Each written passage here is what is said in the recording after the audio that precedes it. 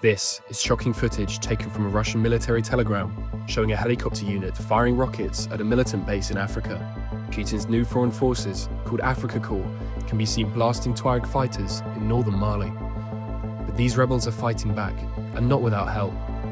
Rumours have surfaced that Ukraine has been aiding resistance groups with intelligence and training. It certainly seems like an expansion of the war in a way that many would not have predicted. But why is Putin waging a war in the desert? And why are Ukraine reportedly funneling support into rebel forces to fight back against the infamous Africa Corps? 23rd of June, 2023, the Wagner group led by Yevgeny Prigozhin attempted a coup against Vladimir Putin following a dispute over munitions in Ukraine. У нас нехватка боеприпасов 70%! Шойгу! Герасимов! Где боеприпасы? Wagner was a private military company, or PMC, which had been on the ground in Africa and Ukraine since 2021. Then, 2 months after the failed coup, a private jet carrying Wagner boss Prigozhin crashed in Kozhenkyma in Russia, killing the 62-year-old. Wagner was dismantled, and the Russian government sought to assert more control over its private military companies fighting abroad. It created the Africa Corps. Essentially, what this means is kind of a rebranding of what the Wagner Group was, which was part delivery service, part logistics service, and part extractive industry service. The big difference is substantially is that it is now under official leash, a little tighter leash.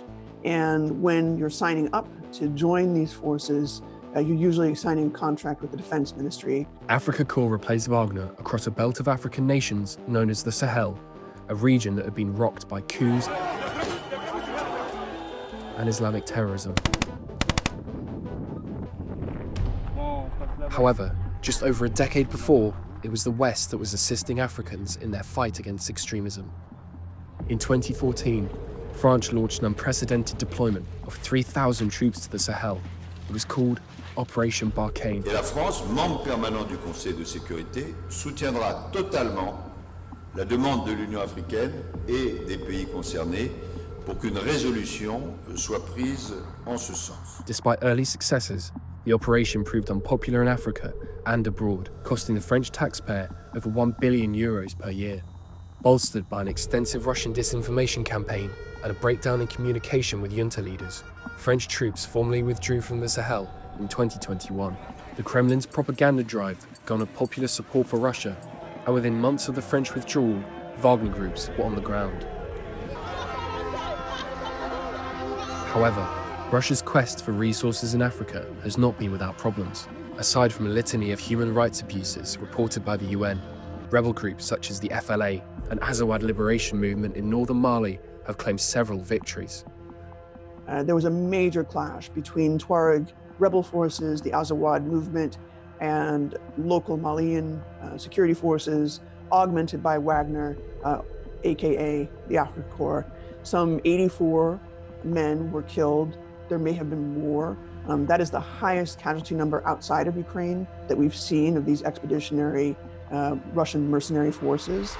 But analysts were quick to suggest that the FLA could not have carried out this attack alone. It was at that moment that the Ukrainian support began to be rumored and talked about.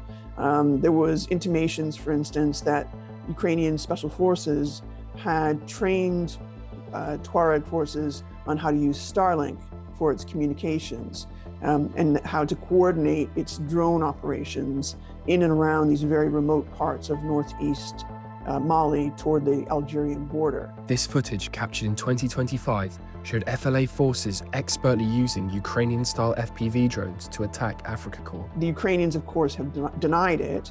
That those denials, unfortunately, haven't resulted in very good relations with the Malian government. If this is true, then the war in Ukraine has expanded far beyond the front lines in Eastern Europe. So in this instance, that would be a classic definition of a proxy. You have a armed group that is acting outside of the constitutional chain of command in a given territory, potentially working with a sponsor.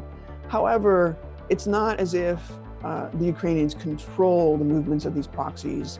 It may be a situation where the Ukrainians very aptly see that they can quickly spend just a little bit of money and effort to gain influence over where these proxies direct their fire. But with a fragile front line in Ukraine and Russian forces gaining ground, why Ukraine reportedly attempting to placate the Africa Corps? Russia's economy is struggling. Inflation is up, although recently very, kind of steady. But overall, the trend has been that inflation has been up. Revenues from oil and gas extraction and exports is down, largely because of the price cap that's been imposed as a result of the sanctions against Russia because of the Ukraine war. Experts believe Russia is using Africa as a means by which it can circumvent Western sanctions and prop up its failing economy. Now, Russia is asking for cash. And what's interesting about this is it's a little bit of a telling moment. By supplying training and intelligence to rebel groups in Africa, Ukraine would be able to significantly destabilize Russia's control of natural resources in the Sahel. As a result, it would limit Putin's ability to curb the effects of Western sanctions. There's this perennial tension, of course, as long as the war in Ukraine goes on, there will always be a need for a conveyor belt between Africa and Ukraine in terms of seasoned forces that Russia needs to kind of seed the field in places where it's trying to hold the line in Ukraine. And so the question is not just does Russia have the will, but does Russia have the capital to maintain these forces long term? And I would actually question whether that's the case.